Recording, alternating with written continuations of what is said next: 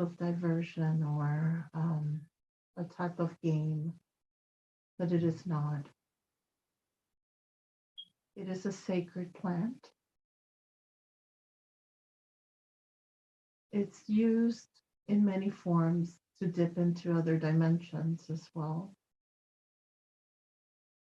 because it has such relaxing effects.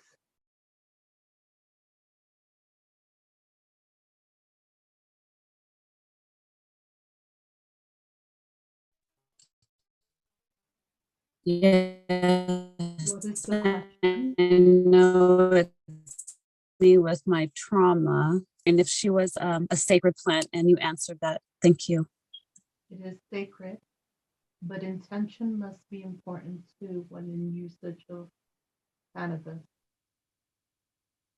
It's important to be used in conjunction with intention and how much of it, the quantity is important.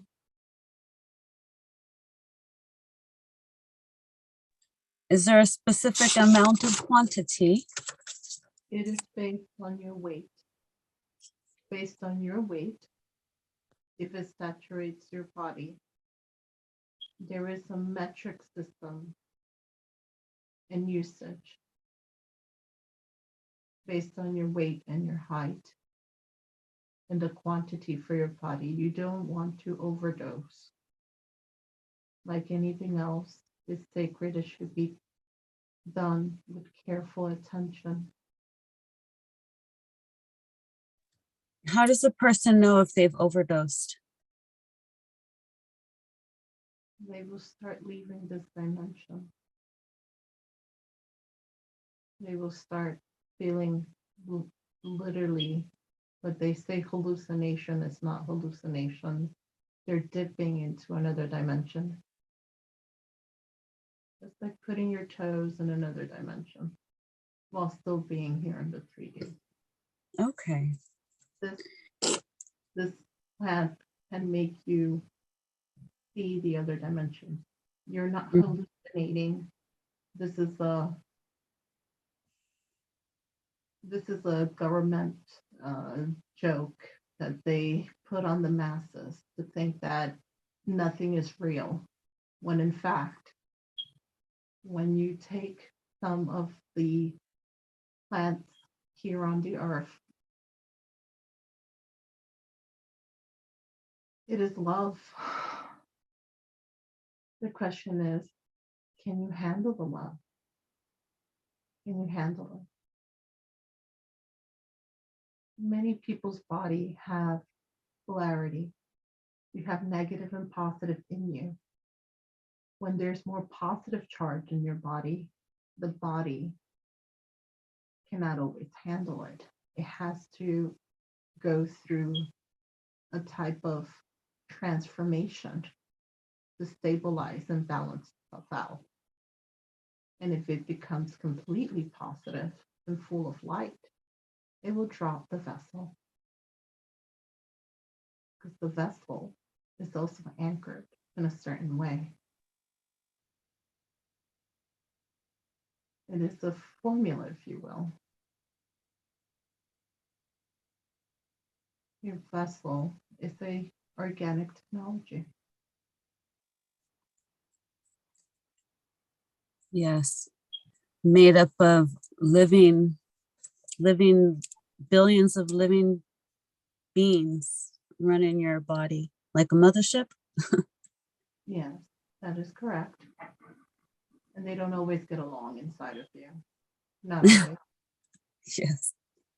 So what doesn't get along at time gets purged and new beings come in. But it's also the etheric. It's not just the physical 3D of the organic matter. There's also other etheric beings coming in and out through your portals, through your energetic sectors. Staying clean is very important. And I don't mean a shower. I'm talking about the spiritual realm. It's also very important. And you do that by staying in high vibration and surrounding yourself with love light. But when you take an herb into your body, specifically an herb that's positive, that's sacred, this has been documented, by the way. It is something that kind of slipped out in the Bible. They called it a different name, just to beguile the masses. But during the time, if you look at the ancient scriptures, it kind of slipped out. And it was a positive thing that was mentioned during Moses when there was a plague and he was taking a bit of the herbs. Some of the herbs that he took to calm the masses was actually cannabis. And it's in there. And they didn't You, realize. They didn't realize it. They didn't know. They just said that it's negative because they don't want nobody touching it. And now many governments say that if you do this, then the person is considered, what do they call it, a junkie or something? I don't. But they have hothead, negative, something like that. they have negative words for it because they Yes. don't want people touching it. It's part Yes. of the inverted. But it's So I have a question, silly question. I have a running bet with people and I joke about it, but I'm kind of slightly serious. I feel like when Yeshua walked the earth, when he was teaching, I pictured him sitting under a tree, smoking some sacred cannabis herbs, talking with his brothers and sisters about spirituality. Did this occur at all, or am I just making this up? There are many things in the text that they wiped out or removed. They didn't want people to understand the alchemy of the herbs or the crystals or meditation or channeling or psychic centers. Basically, anything that empowers you was removed or made into a bad thing. But the fact of the matter is that cannabis does help to calm the nervous system. The nervous system is quite jumpy because there's so much stimulus around us. It's not just the television and the phones and all this other technology, but then there's also the technology that you're not seeing, the one that is on the waves that you don't see with the eye, but it's there. All this stuff is moving your nervous system, making it very jumpy. It's hard for them. Frequencies? Yes, there's frequencies that are being aimed at the body all day long, even when you sleep, even if you don't have a television. It's very important to block those frequencies so that you can think for yourself and not have these influences in your body and your brain. Is that why some people put tin foil around their TV antennas and stuff? Does the foil block it? Yes, so foil, these metal alloys, and they block the frequencies.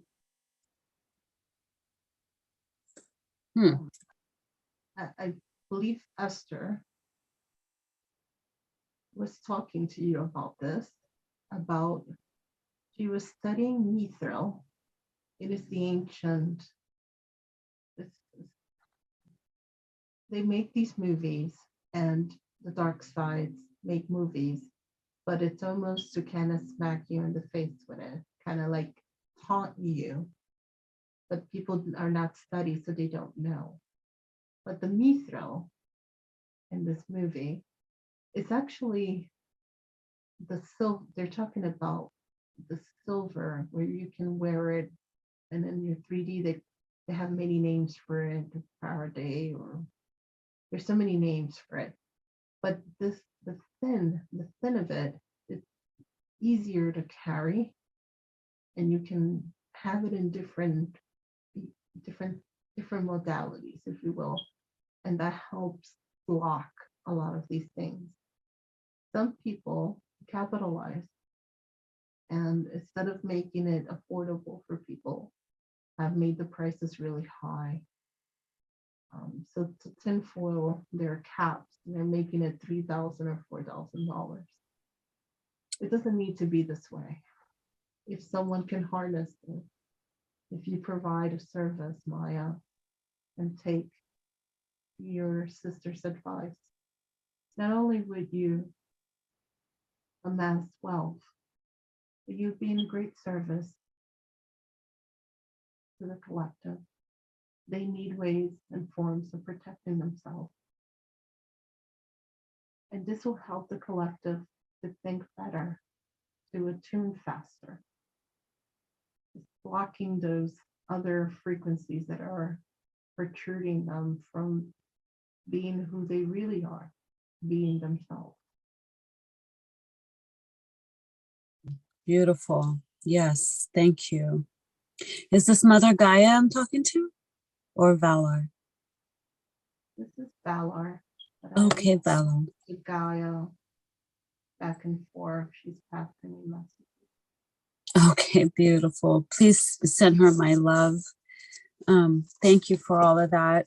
So let's see if I can just backstep. I don't want to, I can go so far with you guys. I have to get myself under control. So really quick question.